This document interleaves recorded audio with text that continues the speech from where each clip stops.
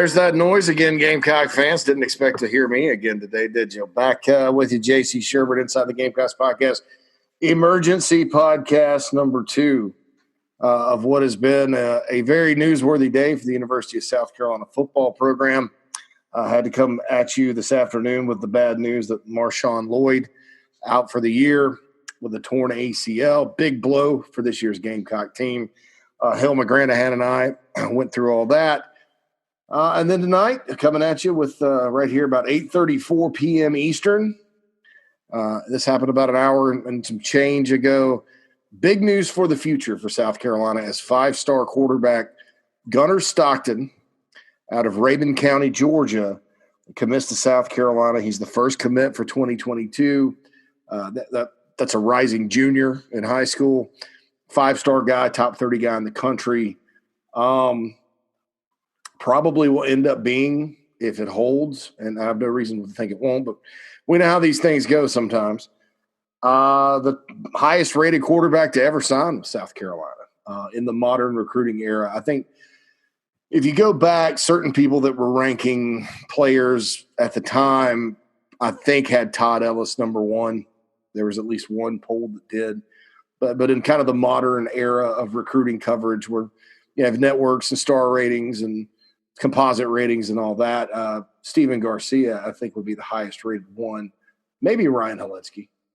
Actually, I'm going to pull that up for you because I don't want to be inaccurate about this because that's a big deal. But, you know, Gunner Stockton, probably the first 5-star quarterback I've known to commit to South Carolina since I've been doing this. And it's not to say South Carolina hadn't had, you know, great quarterbacks and great quarterback play and all that. But, you know, the rankings coming out of high school haven't been, you know, that high. And Stockton is that high.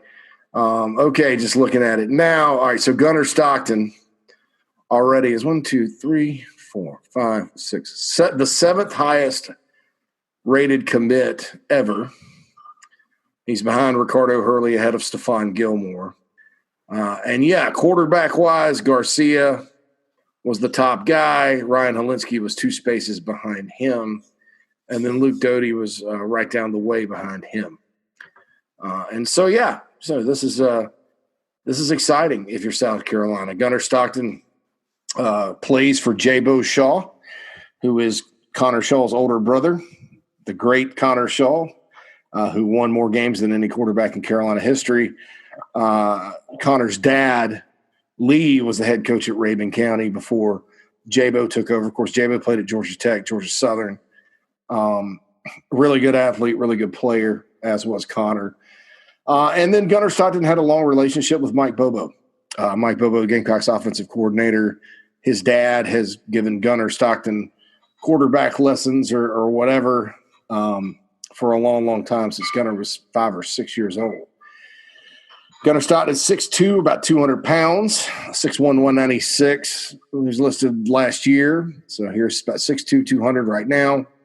Of course, there's a lot of time left for him to grow. But he's big enough. He's fast. He's elusive. He's got a very good arm strength, good fastball, could change speeds on his throws, good velocity. Really not a lot of bad that you could say about him. 5-star prospect, number 1 dual threat quarterback in the class of 2022 per 24/7 Sports composite rankings. Had an offer from Alabama, offer from Arkansas, offer from Georgia. It came down to Georgia, Carolina. Georgia Tech had offered, LSU had offered, NC State had offered, North Carolina, Ohio State, Penn State, Southern Cal, West Virginia, Rutgers were among the offers that he had. He had a Colorado State offer too. I think Bobo took care of that way back when. So Gunner Stockton, you know, big-time quarterback commit. And what I think happens when you get a guy like this too is you end up, you know, having a centerpiece for your class. In other words, everybody knows who every kid in the country is going to know who Stockton is because they look at the rankings and all that. And this is where rankings really can matter. And when you recruit a quarterback like that, you know, come with me. You know, you have to have a good quarterback to be good. A good quarterback does not mean you're going to win, but if you don't have good quarterback play, chances of you winning are very slim, especially in the SEC. So, they're going to look at this. They're going to see a kid that's a winner, that's a guy that can, scramble around, make some plays, good arm. And, for the next 2 years, he's going to, be recruiting for the Gamecocks. And that could be awfully helpful. And it's almost always better when it's a quarterback, because quarterback's the leader of your team. He can be the leader of your class. Don't think for a minute that Clemson getting Deshaun Watson, who's also from Northeast Georgia, down the road in Gainesville. Don't think for a second them getting Deshaun Watson didn't help them pull in some guys, because he was that good of a player in that class Deshaun came in, just to use that as a point of reference. I mean, so this is as big – as far as early commits go, this is as big as it gets. And you guys know me. I'm not one this far down the road that's going to get too terribly excited one way or another about a kid that pulls the trigger on a commitment. I mean, Lavoisier Carroll was an early commit like this. Very nice, very nice pickup and all. But, you sort of knew he probably won't stick, because he wasn't a quarterback. Quarterbacks stick because it's a domino effect. Now all other schools that were hoping to get Gunner Stockton, they're just going to go move on to other players, And so he's going to end up, being the guy for Carolina. And that kind of person that you have, and I'm sitting there watching this film, and it's really, really good, can be very beneficial when you're trying to put together a class. And when you think about 2022 as well, this year in-state, 2021, probably not the best. You'd think, as far as depth and things like that go. But in 2022, the state of South Carolina does have, some really good players. Jaden Lucas, the cornerback from Malden, is a national player, 31st in the country, according to Composite. You got Jaleel Skinner, who a lot of people are projecting as a tight end right now, the number 82 player in the country. Jalen Sneed out of Hilton Head, the number 94 player in the country. He's a linebacker. Of course, I don't know if South Carolina's really going to have a good shot at him. Adam Randall from Myrtle Beach, 4-star player, number 176 in the country. He's a wide receiver. Been hearing a lot about him in Tennessee lately, but the reaction to the Gunner Stockton commitment was pretty solid. Colin Sadler is a player out of Greenville. And I was reading 24/7 Sports rankings. Big offensive tackle, number 146 in the composite. Randall's 270 in composite. So you kind of look up and down the list of the in-state prospects, and there's some players. And then you go over to the state of Georgia. I mean, he's going to have an impact on recruiting in that state. The top player from that state, Travis Hunter, has already committed to FSU for whatever reason. But then you got other guys. Gunner Stockton is the number 3 player in the state of Georgia right now. Right down the road in Jefferson, which is near Athens, Malachi Starks is one of the better players there. You got a big D tackle from Columbus Hardaway. The list goes on and on. The state of Georgia is loaded, and Georgia can't sign them all. So if you think about it from that aspect, this is a guy that for that next class can really help you get things going, give you some momentum. The Gamecocks win their share of in-state battles. I do think Clemson is going to get some guys from in-state in 2022, and that's just how it is. But you win your share of battles. You get into North Carolina. You keep recruiting like you're recruiting, and Gunner Stockton can help you, rankings-wise, put together a heck of a class. Now, February of 2022 is a long way away. But, I'm assuming since he's a quarterback, he'll probably enroll early. So we're probably about 15 months away from him signing. And so during this time, he can really help the Gamecocks piece together the class. Another highly rated guy coming to South Carolina under this staff. You look at it, the number 2 most highly rated recruit, Jordan Birch. Number 4 most highly rated recruit, Zach Pickens. Now you got the number 7 in Gunner Stockton. You go on down the list, you got number 11 in Marshawn Lloyd. 12, 13, 14, 15, 16 in Ryan Helinski.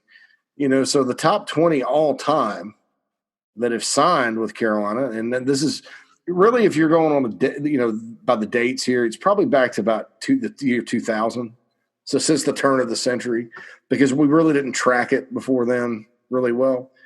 So of the top 21, 2, 3, 4, 5, including Gunner Stockton, have come from this staff. And, the majority of them came from the Spurrier staff. There's a couple of Holtz guys in there. But, that's good when you're trying to rebuild and build back, that you could still, with a 4-8 record, go and sign the number 8 overall player in the country in Jordan Birch at the end of last year. You kept Marshawn Lloyd committed. You kept Luke Doty committed. All the guys that were, highly rated in that class.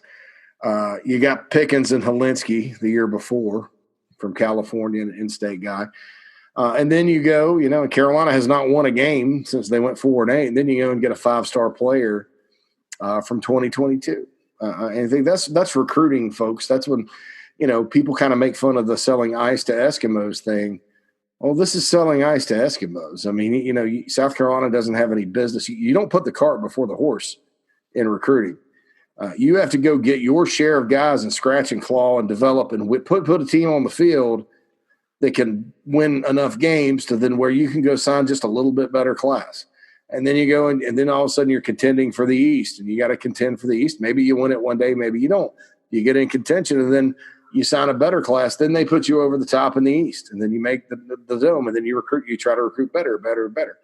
It's that's kind of how you build it. I don't think, South Carolina wasn't going to have, Will Muschamp come in here and sign a bunch of top 10 classes. That's not how South Carolina's set up. People say, well, what about Tennessee and North Carolina? Well, North Carolina's benefiting from having a lot of highly rated guys in their state, and they're getting them all. And South Carolina has gotten a lot percentage-wise of the highly rated guys in their state too. But there's just more in North Carolina this particular cycle. It's a perfect storm, and they've done a great job. And that's problematic for South Carolina because, they need access to that talent. Well, how's Tennessee doing it? Well, Tennessee's got a lot more in the trophy case than South Carolina. And they've got a 100,000-seat stadium, and they've got a great recruiting staff, and they've got something to sell, and they've won national championships and SEC championships, and Peyton Manning played there. They're dripping with tradition more so than the Gamecocks. And so whenever they start to turn, if you've noticed under Butch Jones, they didn't do it under Derek Dooley, but under Lane Kiffin they did. Lane Kiffin and then Butch Jones. When they start to turn, they can go put together a top 10 recruiting class. I think with Tennessee, what you got to worry about is, are they beating you head-to-head on players within your footprint that you really want? Not guys from Tennessee, because that's always tough. But, out-of-state guys from North Carolina, guys from Georgia. The code red, the DEFCON 1, so to speak, or is it 5? I always mix that up. The bad DEFCON level comes when Tennessee starts coming into South Carolina and signing 2 or 3 guys every cycle that the Gamecocks want, because that's what happened in the 90s. Tennessee gets Tyrion Ingram Dawkins, then I think that's a 5-alarm fire.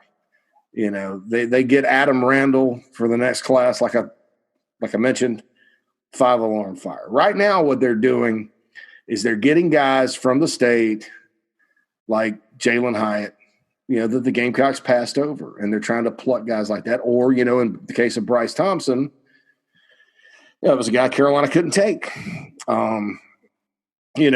Tion Evans was a JUCO guy. They kind of worked the back door on in Hartsville. But, yeah, I seem to remember a guy that played on a lot of great Tennessee teams named Albert Hainsworth that's from Hartsville too. So they got some connections there. And it was a JUCO guy, and Carolina didn't really know, So, that's what you got to worry about with Tennessee. Don't worry about their recruiting ranking. That's happened. That happened under Lane Kiffin. It happened under Butch Jones. For whatever reason, didn't happen under Dooley. But, when you talk about Tennessee and North Carolina, I would just, say those are different situations than what Will Muschamp's been in at South Carolina. And those are different programs in South Carolina. South Carolina needs to sign the top elite talent in their state and then try to pick as many guys off in other states that are no-brainers. And then, the other 2/3 of the class, you got to evaluate your butt off. And you got to go find guys. That's what Steve Spurrier did. A lot of those NFL guys Steve Spurrier coached weren't like highly recruited guys. DJ Swearinger, Antonio Allen, both come to mind. Ace Sanders was not highly recruited. Gamecocks beat West Virginia on him. Bruce Ellington was a basketball recruit. Brandon Wilds, definitely not highly recruited. Ronald Patrick, Gamecocks beat a late Florida State offer on him. But other than that, not a lot of interest. Corey Robinson obviously had no other offers but South Carolina. Jasper Brinkley allegedly had a Georgia offer, but it really was a situation where it was he wanted to go with Casper or whatever. I mean, the list is long. Go all the way back to Darian Stewart, Captain Munnerlyn, Emmanuel Cook, and those guys. The list is pretty long. Guys in the Spurrier era that ended up being some of the best players during the best run in program history that weren't necessarily highly recruited. And that's what you have to do. I'm not saying you don't need highly recruited guys, because you do. And if you ever want to get to beyond the Spurrier level, which was, in a general sense, competing for the SEC East in consecutive years. They didn't win it, but competing for the East, you could say 2010 to 2014, they were legitimate contenders. Even though that 2014 team was 7-6, they were 3 blown leads away from winning the East that year, so they were in contention. To get it back to that point, I mean, you need to do what I just said. Now, to get it to the point where you can go to the Dome, Mercedes-Benz Stadium, and beat the West champion and maybe advance to the playoff, yeah, you need a little more help than that. And you need a generational type quarterback, I think. The teams that end up in the playoff just about every year have really good quarterback play. And that can come from all areas. I mean, Joe Burrow, when he was a junior, he was a lot like Jake Bentley, in terms of he would have games where he'd go 13 for 29, and then he'd have games where he looked pretty good, and he kind of scrambled around like Jake and all that. Then you saw what happened his senior year. The light came on. Well, then you also have your Baker Mayfields of the world who walk on, ends up transferring into Oklahoma. You have Tua, your 5, and Trevor Lawrence, your 2 5-star guys. Deshaun Watson was a borderline 5-star guy. Turned out he was special, so that can help you too. And I think that when you look at it, like I said, it's not going to be an automatic Carolina's going to win the national championship because Gunner Stockton's coming. But without a guy like Gunner Stockton or without a great quarterback, and again, it can come from all areas, your chances are very slim. So, that's why this is an important recruit. And that's kind of the long and short of recruiting and how to get the roster right. And I think the roster's come a million miles. I've said it. I don't think Carolina went 4-8 last year because they didn't have ball players. I think they had trouble in games. They had issues on game day. And some unfortunate positions some of the players were put in. I'm thinking of the Missouri game. And then just some dang rotten luck like against Florida. There were more reasons. There was better talent on that field than what it showed. And I think they'll show that this year, hopefully. Marshawn Lloyd's a big hit. But hopefully they'll do that and get it together because we may not even be talking about this. We may be coaching change or something if things don't turn around. So, and all of that, of course, depends on COVID and budget and all that. So we'll see what happens this year. I do think this is a big day for South Carolina. I think anytime you get a 5-star quarterback, it's special. Of course, expectations are going to be high now. And you got to wait 2 years, 15 months before he signs and enrolls.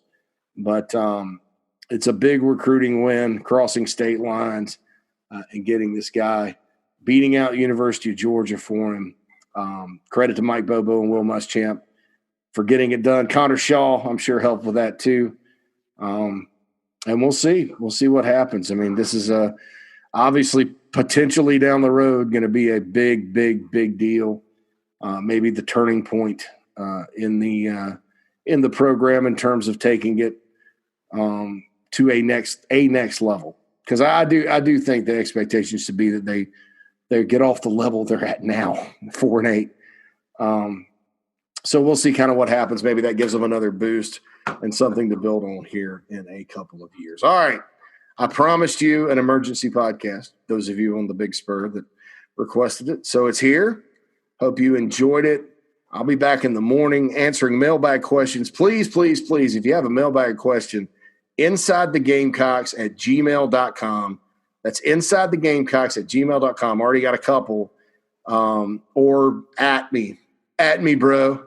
At the Big Spur Pod on Twitter.